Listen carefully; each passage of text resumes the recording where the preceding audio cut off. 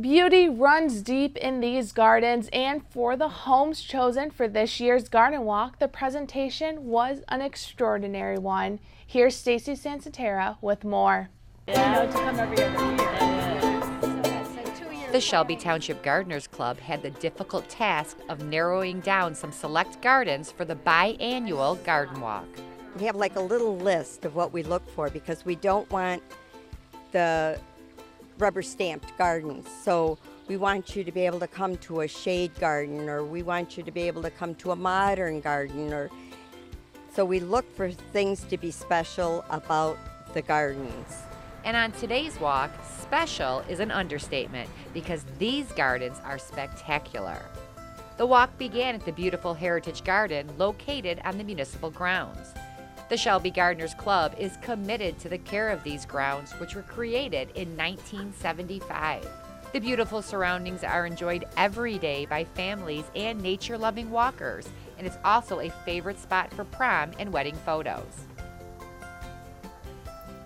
And the hard work of one Shelby Gardener continues at the home of Karen and Larry McEwen. This 17-year-old garden sits on a large lot with brilliant color throughout. I love being outside, and I don't like housework, so I love being outside, digging in the dirt, and it's just so rewarding to get flowers and watch the butterflies and bees.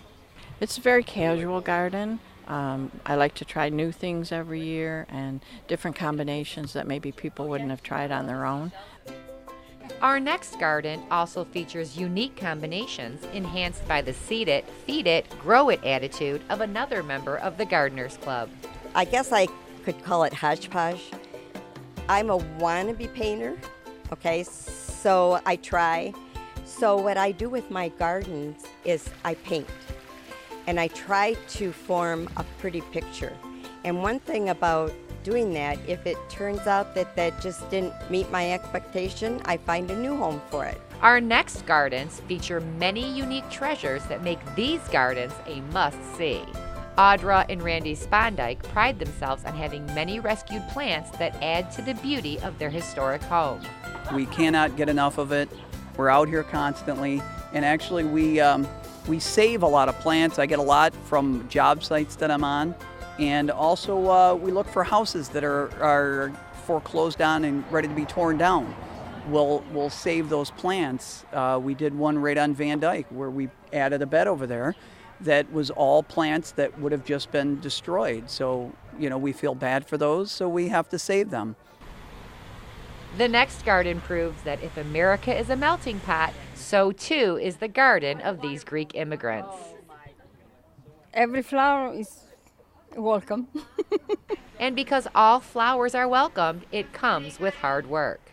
Make sure you're out there cleaning them, because if the leaves get rotten, then the whole plant's going to be rotten.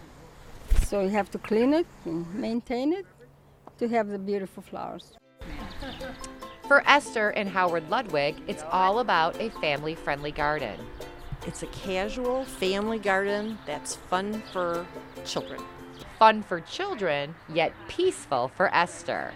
It's quiet, it's peaceful, the birds are singing.